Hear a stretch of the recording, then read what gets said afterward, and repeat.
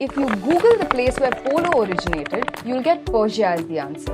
But did you know that the modern game of polo, which is played worldwide today, originated not here, but here? Sagol Kangxi, also known as Pulu, gave birth to modern polo.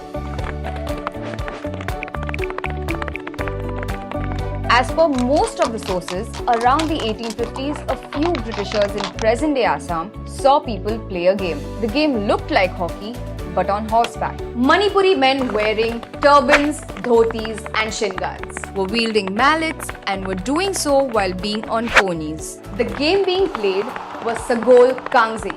But how did it all start? It is believed to have started a few thousand years ago during King Kangba's rule. It is said that during a festival, King Kangba dribbled a bamboo root club on the ground by his walking stick. He then ordered that his subjects play this game on horseback the next day. When the Britishers came across Manipuri men playing the game in Assam, they were fascinated by it. According to the Encyclopedia Britannica, games of polo started taking place later on between the British cavalry units in India. The game was taken to England by the British, where interest grew and spectators started coming to watch the games. The game started spreading to other parts of the world. The popularity of the game continued to grow, and polo was even played in the Olympics from 1900 to 1936.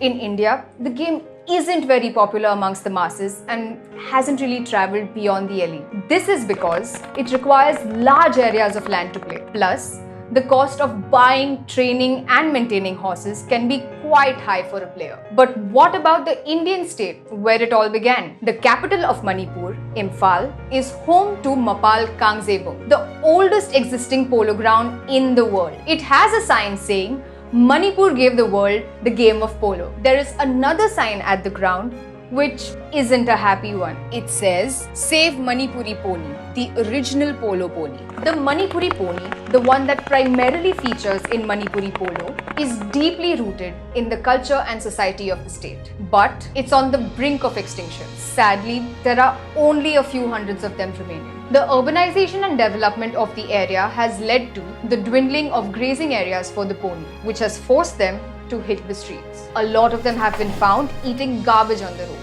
There have been some encouraging signs though. The Manipur Statehood Day Women's Polo Tournament started in 2016. Along with promoting polo tourism, it aims to save the endangered Manipuri pony, as everyone, including the international players, are required to ride the Manipuri pony, where teams from countries like the USA, Argentina, Great Britain and Egypt have participated along with the local teams. Women's polo has benefited as women players from Manipur make up about 2/3 of the women polo players in the country. It is initiatives like these that will not only help preserve the sport in Manipur, but also expand it to other parts of the country. For Manipur, polo is not just a sport.